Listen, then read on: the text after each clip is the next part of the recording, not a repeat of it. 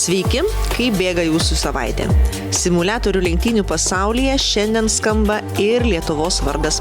Grandas Kareckas įveikęs tūkstančius konkurentų iš viso pasaulio, Abu Dabyje vykusiame didžiajame finale iškovojo prestižinį Ferrari HP Sport serijos čempiono titulą. Sveiki visi, mano vardas yra Grandas Kareckas, esu Ferrari sporto komandos vairuotojas. Komandą vietą išsikovojau dalyvaudamas ir laimėdamas Ferrari sporto atrankoje praėjusiais metais. Tai vienas ryškiausių Lietuvos pasiekimų virtualaus automobilių sporto istorijoje. Tai visų pirma, kadangi šitie Ferrari sporto serijos atrankos vyksta jau kelis metus, tai aš žinojau, kas vyko praėjusiais metais ir dar toliau, ką kiti vairuotojai patiria laimėdami šią atranką ir dalyvaudami joje. Tai aš praeitais metais nusprendžiau pats, kodėlgi neišbandžiu savo skillsų, savo sugebėjimų visų tų metų atrankoje. Tai aš pradėjau online hotlapų serijoje, kur reikia suvažiuoti kuo greitesnį ratą. Kokiai nors platformoje, kurioje tu esi greičiausias, tai aš, pavyzdžiui, pasirinkau Assetto Corsa kompeticionės platformą, nes ten esu tiesiog daug metų važinėju profesionaliai ir ten esu geriausias. Tai pradėjau atranką nuo šio etapo. Kelias iki šios pergalės tikrai nebuvo trumpas. Viskas prasidėjo nuo pirmųjų bandymų patekti į atrankas. Sprendimo, kuris iš pradžių galėjo atrodyti kaip asmeninis iššūkis savo, tačiau netrukus virto rimta kova dėl vietos tarp stipriausių pasaulio sim lenktynininkų. Pasak paties Granto, dalyvavimas turnyre pareikalavo ne tik talento, bet ir aiškios strategijos bei nuoseklaus darbo. Tai kadangi buvo daug visokių skirtingų disciplinų visame čempionate, kaip minėjau, kad prasidėjo čempionatas nuo greitųjų ratų, po to buvo patekimas į aukštesnius etapus, kaip buvo realios lenktynės online prieš kitus varžovus iš visos Europos ir taip pat varžovai iš kitų žemynų kovojo tarpusavį savo žemynų klasėje, tai tikrai reikalavo daug prisiderinimo prie bet kokių sąlygų šiame čempionate, kas parodė geriausią vairuotoją iš šio čempionato. Atrankų etapai buvo itin sudėtingi. Į regioninius finalus pateko tik po 30 geriausių vairuotojų iš kiekvienos platformos ir regiono, o tuomet prasidėjo tikrosios lenktynės su skirtingomis programomis, techniniais niuansais ir milžiniška konkurencija. Čia kiekviena klaida galėjo kainuoti galimybę žengti dar vieną žingsnį į priekį. Tai visų pirma, kai patekau į didįjį finalą, kuris vyko jau tikrai LAN evente Abu Dabyje, tada, kai prasidėjo visas tas važiavimas, 3 buvo važiavimai iš viso, ir tada, kai sekėsi visai neblogai, po pirmų 2 varžybų mačiau, kad yra labai geras šansas nugalėti šį visą čempionatą ir tiesiog po to susikaupiau, žinau, ką galiu daryti geriausiai, ką man reikia padaryti, kad nugalėti, ir tą padariau. Didysis finalas Abu Dabyje pareikalavo ne tik meistriškumo, bet ir stiprių nervų. Aukščiausio lygio varžovai, didžiulis psichologinis spaudimas ir išskirtinė atmosfera jautėsi iki paskutiniųjų metrų. Tai aišku, finalas visada yra didžiausias spaudimas ir psichologinis, ir kaip sakant, iš visos tos medijos, kurie filmuoja tave, visi žmonės tave mato, nes tas finalas vyko gyvai, tai tuo pačiu dar reikia prisiderinti ir prie kitokios įrangos svetimos, nes važiuoju visus metus prie savo įrangos pripratęs, žinai, kaip kas viskas veikia, ir tada atvažiuoju į patį paskutinį etapą, toli nuo namų, jau su visiškai kitokia įranga, ir tu prie jos turi visai mažai laiko prisiderinti. Tas tikrai buvo sunkiausias etapas, pats finalas, nes, kaip sakiau, tas prisiderinamumas ne tik prie įrangos, bet ir prie visų kamerų, viso žvilgsnio iš žmonių ir taip toliau. Iš tikrųjų, kai laimėjau, tai tiesiog kaip visas varžybas finišuoji, sustoji, važiuoju į garažą ir tada jau, nežinau, tiesiog supratau, kad esu čempionas. bet tiesiog viską dariau tą patį, kaip prieš tai darau, kai buvo top 3 interviu duodami iš kiekvienų varžybų, tai tiesiog ramiai nuėjau, tarsi pasibaigė paprastos varžybos, viską padariau, ką iš manęs prašė ir tada jau, kai buvo oficialiai paskelbti rezultatai, tada jau pradėjau tikrai džiaugtis ir tikrai nesitikėjau, kad tai galėjau padaryti.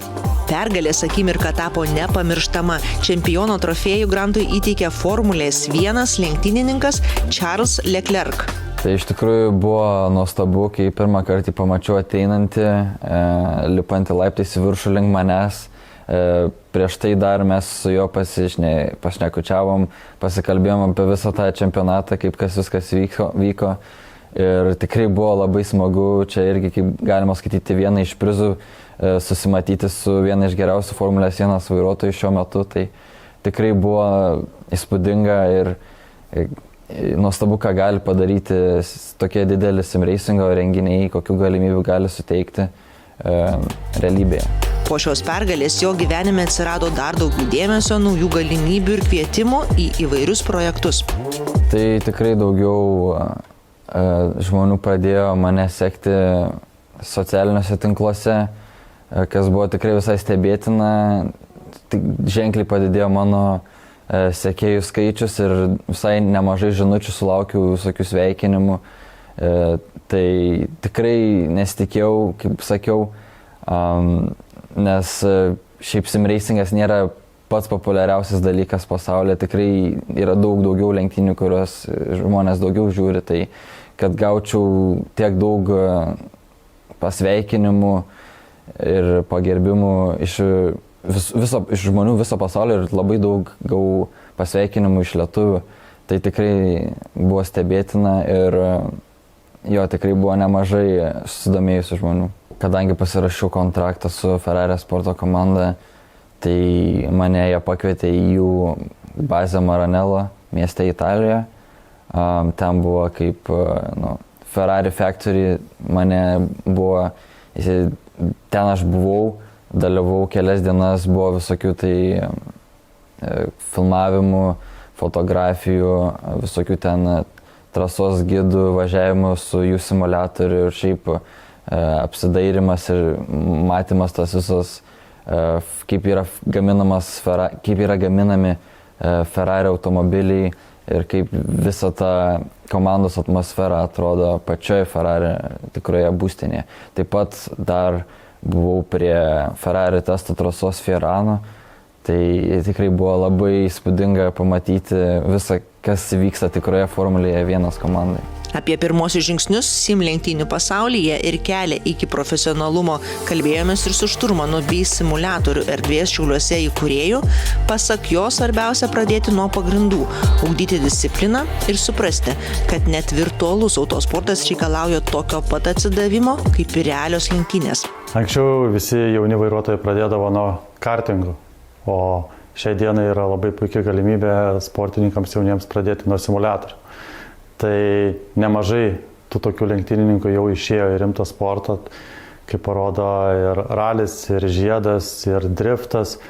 Tai kaip instrumentas simuliatorius šiai dienai yra viena geriausių priemonių. Anksčiau buvo kartingai, dabar simuliatoriai. Bet kartingai lygiai taip pat gerai eina.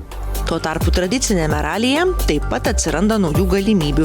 Šiemet pristatoma nauja, palyginti nebrangi klasė, kuri gali tapti puikiu startu jauniems sportininkams.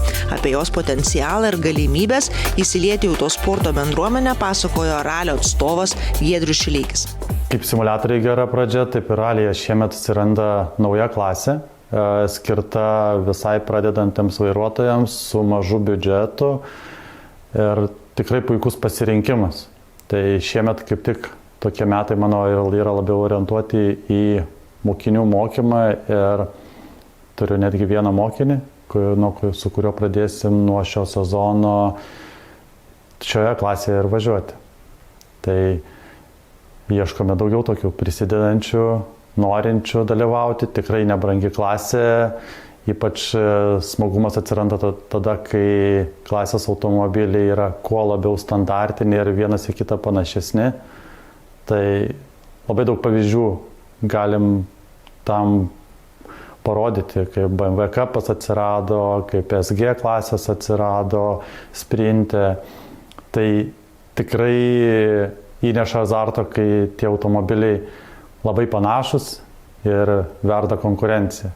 Tai tikimės, kad ir šioje jaunimo klasėje tikrai netruks azarto tarp jaunų, karštų lenktynininkų, kurie norės save išbandyti. Ir gal tai taps laiptelis į aukštesnę klasę.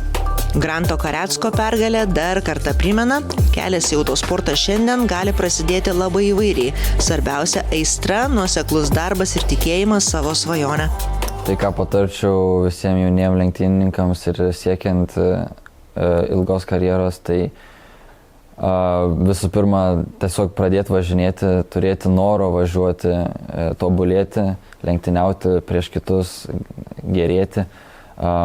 Labai svarbu yra važiuoti kuo daugiau ratų, bet, sakyčiau, svarbiausia yra važiuoti tuo pačiu ir kuo daugiau lenktynių, kad žinotum, kas vyksta trasoje, žinotum, ką daryti kiekvienoje situacijoje, kurioje susiduri prieš kitus varžovus pačioje trasoje.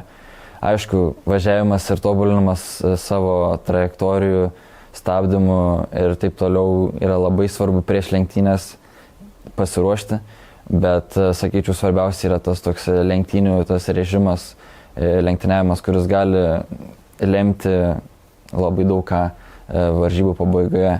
Nėra pats greičiausias ratas svarbiausia, jeigu tu moki gerai lenktyniauti prieš kitus ir, pavyzdžiui, reikia to apginti aukštą poziciją, tai tikrai tą galiu patarti, kad kuo daugiau lenktynių, to tobulėsi daugiau.